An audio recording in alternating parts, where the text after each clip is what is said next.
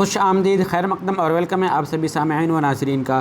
میں آپ سبھی کے سامنے پھر سے حاضر ہوں بہار اردو انوادک سال 2020 میں ہونے والے ایگزام سے ریلیٹڈ ایک نئی ویڈیو کے ساتھ۔ یہ ویڈیو نمبر 3 ہے۔ اس سے پہلے میں ویڈیو کو اگر ابھی تک آپ نے نہیں دیکھے ہیں تو چینل پر جا کر دیکھ لیے، وہ آپ کے لیے بہت ہی ہیلپ فل ہے۔ میں بالکل سلیبس کے اکارڈنگ پورے اردو کے صرف و نحو یعنی اردو گرامر کو آپ کے سامنے پیش کر رہا ہوں۔ تو اس ویڈیو میں بات کرنے جا رہا ہوں آپ سب سے اعراب کے بارے میں۔ اعراب کسے کہتے ہیں، جس کی میں تفصیل سے جانوں گا، یعنی میں اس کی ڈیٹیلز آپ کو بتاؤں گا، لیکن میں اس کو بتا دوں کہ اعراب کو انگلش یا ہندی میں کیا کہتے ہیں۔ جس طرح سے ہندی میں جب کوئی بھی ورڈ کوئی بھی اکچر لکھتے ہیں تو اس میں ہم ماترا ڈالتے ہیں اس کے اچارن کے لیے، اس کے پروناؤنسیشن کے لیے، تو اسی طرح اردو میں کوئی بھی لفظ تلفظ کے لیے یعنی اس کی ادائیگی کے لیے اس پہ زبر زیر اور پیش دیا جاتا ہے، تو اسی طرح زبر زیر پیش کو ہی ہم اعراب کہتے ہیں۔ لیکن اس کا ہم ٹیکنیکلی اگر تعریف دیکھیں تو آپ کے سامنے یہ رہا۔ لیکن اس سے پہلے ایک ریکویسٹ کر دوں کہ اگر ابھی تک آپ نے ہمارے یوٹیوب چینل کو سبسکرائب نہیں کیا ہے تو سبسکرائب کر لیں اور بیل آئیکن کو پریس کر دیں تاکہ ہماری ہر ایک ویڈیو کی نوٹیفیکیشن آپ کو مل جائے۔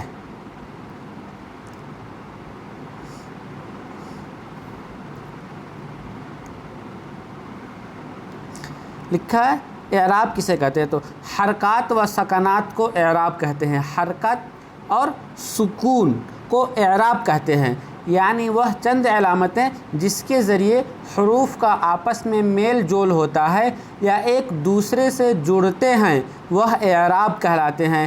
اعراب دراصل ایک علامت ہے جس کو ہم کسی بھی حرف پر اس کی ادائیگی کے لیے لگاتے ہیں۔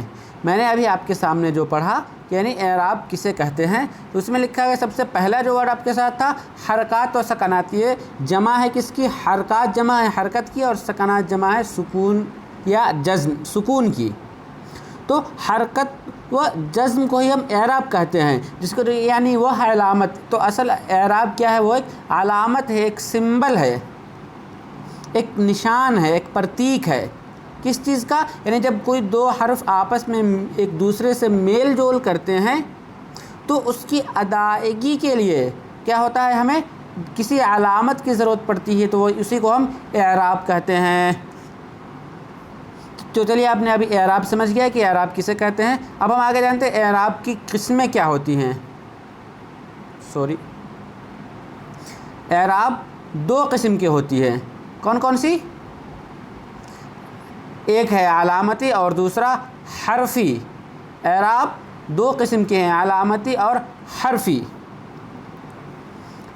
اب ہم ان دونوں کو الگ سے جانیں گے کہ علامتی کون سے کہلائیں گے اور حرفی اعراب کون سے ہوں گے۔ تو سب سے پہلا جو علامتی ہیں اس میں کون کون سے آئیں گے؟ اس میں جو سب سے پہلا وہ ہے زبر۔ زبر کیا ہوتا ہے؟ جب بھی کسی حرف کے اوپر اس طرح کا ایک سمبل، اس طرح کا ایک نشان جو کہ دیا ہوا ہے، یہی زبر کہلاتا ہے۔ زبر کو ہم فتحہ بھی کہتے ہیں۔ اب ہم آگے بڑھیں گے، اس کے بعد جو نیکسٹ ہے وہ ہے زیر۔ زیر کیا ہوتا ہے؟ جب بھی کسی حروف کے نیچے اس کی ایک علامت دی گئی ہوتی ہے اسے ہم زیر کہتے ہیں۔ زیر کو ہم کسرہ بھی کہتے ہیں۔ اب ہم آگے بڑھیں گے، اب ہمارا اگلا ہے زیر کے بعد نیکسٹ ہے پیش۔ پیش کے سمبل کیا ہوتا ہے؟ تو پیش کے بارے میں آپ کو بتاتا چلوں، کسی بھی حرف کے اوپر اس طرح کا ایک سمبل بنا ہوتا ہے، اس طرح کی ایک نشان بنی ہوتی ہے، اسے ہم پیش کہتے ہیں، پیش پڑھتے ہیں۔ اگلے بڑھیں گے ہم آگے، جزم اور سکون۔ اعراب میں اب اگلا جو ہے وہ ہے جزم یا پھر سکون۔ ان دونوں کو ہم برابر ہی مانتے ہیں۔ اس کی سمبل کیا ہوتی ہے؟ تو کسی بھی حرف کے اوپر اس طرح کا ایک دال قسم کا، یعنی کہ دال کٹا ہوا ہے، اسی طرح کی ایک سمبل بنی ہوتی ہے، اسے ہم جزم یا سکون کہتے ہیں۔ اور جس حرف پر جزم یا سکون ہو اس حرف کو ہم ساکن کہتے ہیں۔ یا اسی طرح جو اوپر آپ کے سامنے گزرا ہے کہ جس حرف کے اوپر زبر ہو اسے ہم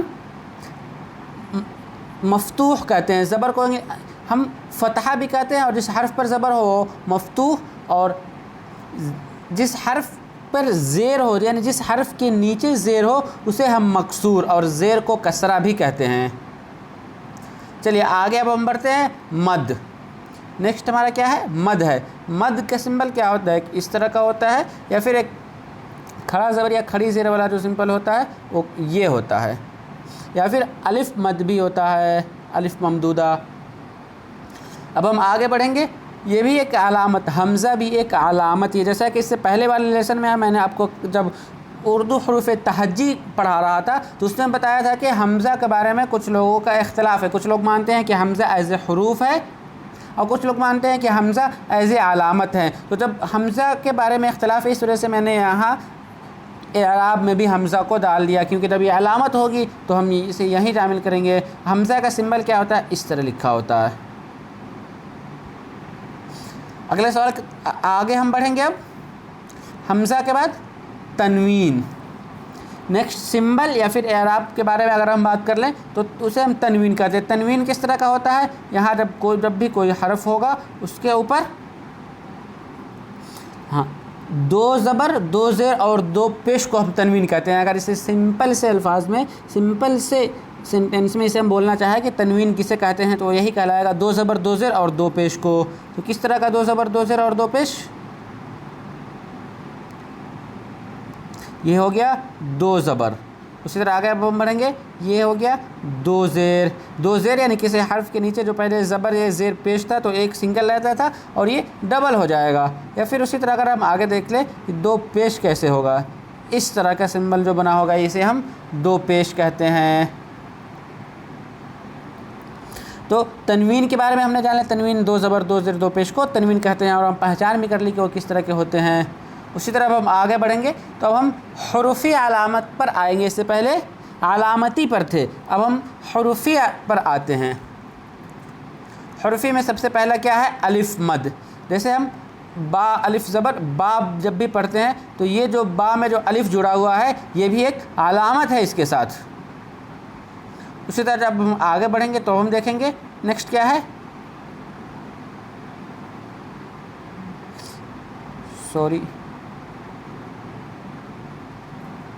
یہاں عین لکھا گیا جو کہ اصل عین نہیں ہونا چاہیے, غلط ہے. یہاں واو ہونا چاہیے. کیا؟ واو.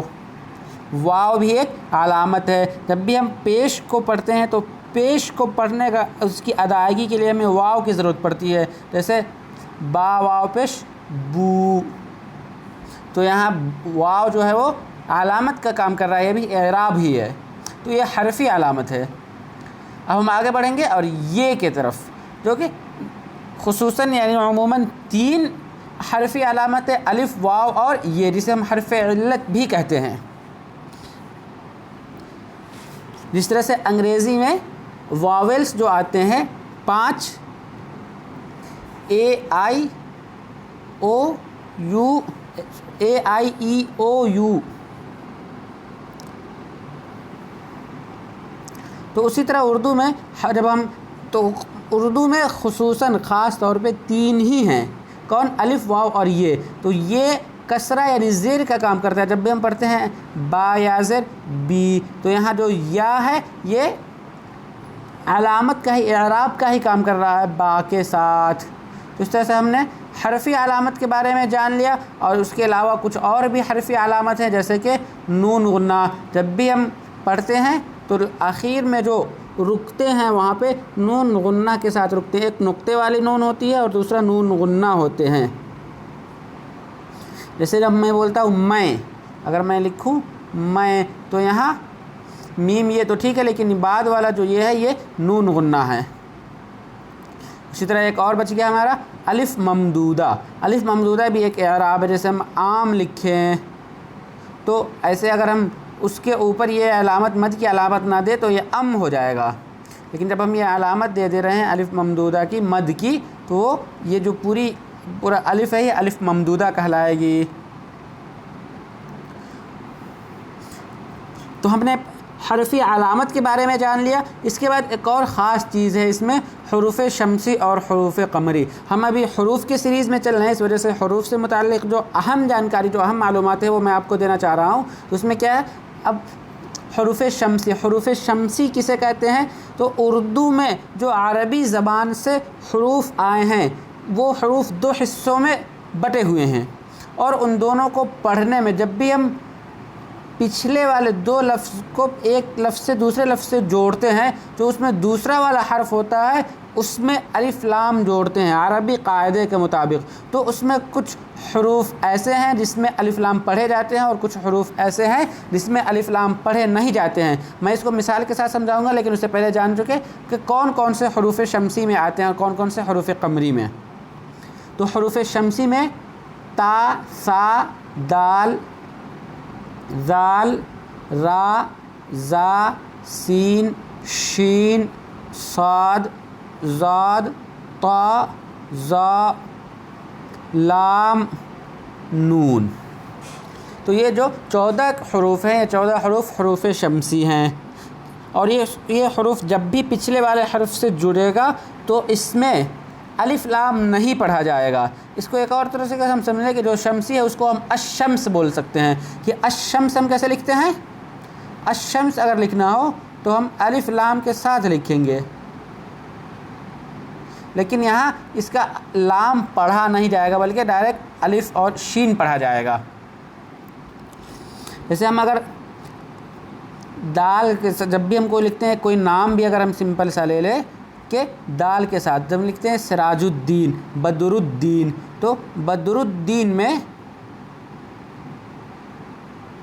جو الف اور لام ہے یہ الف لام یہاں پڑھا نہیں جا رہا ہے، کیونکہ یہ دو حرف سے جڑا ہوا ہے۔ اس میں بدر الدین میں ایک بدر ہے اور دوسرا دین ہے، لیکن جب اس دونوں کو ہم جوڑ رہے ہیں تو اس میں ایک اور حرف کی ضرورت پڑے، کون؟ الف لام کو۔ تو چونکہ دال حروف شمسی سے ہے اس لیے اس لفظ میں الف لام نہیں پڑھا جائے گا۔ اس طرح اس کے علاوہ کوئی ان جو نیچے تمام حروف لکھے ہیں اس میں سے کوئی بھی حروف آ جائے جب پیچھے والے حرف سے جڑے اور عربی قاعدے کے مطابق تو اس کا الف لام نہیں پڑھا جائے گا۔ اسی طرح اگر ہم آگے بڑھیں قمری حروف کی طرف تو ہم جانتے ہیں کہ قمری حروف کون کون سے ہیں؟ حمزہ، ہا، عین، حا، غین، خا، قاف، کاف، جیم، یا، با، میم، واو اور فا۔ تو یہ بھی کل 14 حروف ہیں، اور ان حروف کو جب ہم پیچھے والے حروف سے جوڑتے ہیں تو یہ بھی عربی قاعدے کے مطابق اس میں الف لام پڑھا جائے گا۔ جس طرح سے ہم اگر جیسے مثال کے طور پر لے لیتے ہیں کلام، تو ہم اگر ہمیں بولنا ہو ابو الکلام، تو ابو الکلام کیسے لکھیں گے؟ ایسے لکھیں گے۔ تو یہاں یہ بھی دو الگ الگ لفظ ہے، ایک ابو ہے اور دوسرا کلام ہے، لیکن ان دونوں کو جوڑنے کے لیے الف لام شامل کیا گیا ہوا ہے۔ تو چونکہ کاف قمری حروف سے ہے اس وجہ سے یہاں لام پڑھا جائے گا ابو الکلام۔ وہیں اگر کاف کی جگہ حروف شمسی یا کوئی حروف ہوتے تو وہ الف لام نہ پڑھا جاتا۔ اسی طرح کوئی اور بھی اگر ہم مثال آپ کے سامنے لے لیں، خا ہی ہے، اب ہم کو بولنا ہو عبد الخالق، تو اس میں بھی دو الگ الگ لفظ ہے، ایک ہے عبد اور دوسرا ہے خالق، لیکن جب ہم ان دونوں کو جوڑ رہے ہیں تو الف لام جوڑنے کی ضرورت پڑ رہی ہے۔ تو چونکہ خا حروف قمری سے اس وجہ سے یہاں لام پڑھا جائے گا، عبد الخالق میں لام پڑھا جا رہا ہے۔ تو یہ حروف قمری ہو گئے۔ ان حروف کو آپ یاد کر لیں، یہ آپ کے لیے بہت ہی ہیلپ فل ہوگی، بہت مزہ اس طرح کوسچنس آ سکتے ہیں۔ تو ہم نے جان لیا کہ حروف شمسی، اس کو ایک ٹرک یہ بھی بتایا جاتا ہے کہ جو حروف شمسی جو ہوں گے اس میں الف لام نہیں پڑھا جائے گا، اور اس کو اس طرح سے ہم الشمس بولیں گے۔ الشمس میں لام نہیں پڑھا جا رہا ہے، اس وجہ سے شمسی حروف میں جو حروف ہیں ان کا الف لام نہیں پڑھا جائے گا، لیکن جو حروف قمری اس کو ہم القمر بولتے ہیں، کبھی قمر نہیں بولیں گے بلکہ القمر۔ تو حروف قمری جتنے ہیں ان سبوں سے پہلے اگر الف لام آتا ہے تو اس میں لام پڑھا جائے گا۔ تو چلیے اس ویڈیو میں بس اتنا ہی۔ اس ویڈیو میں ہم نے اعراب کے بارے میں سیکھا کہ یعنی اعراب کسے کہتے ہیں، حرکات و سکنات کو ہم اعراب کہتے ہیں۔ اس کے بعد ہم نے اعراب کی علامتیں جانی تھی کہ وہ علامتی دو طرح کی ہوتی ہے، ایک علامتی اور دوسرا حرفی، اور جو تیسری چیز ہم نے حروف شمسی اور قمری کے بارے میں جانی۔ تو اس ویڈیو میں ہمیں دیجیے اجازت، ملتے ہیں ہم پھر سبوں سے آپ سبوں کی اگلی ویڈیو میں، تب تک کے لیے دیجیے اجازت، شکریہ، اللہ حافظ، اور سبسکرائب کرنا ہمارے اس چینل کو نہ بھولیں۔ Good night.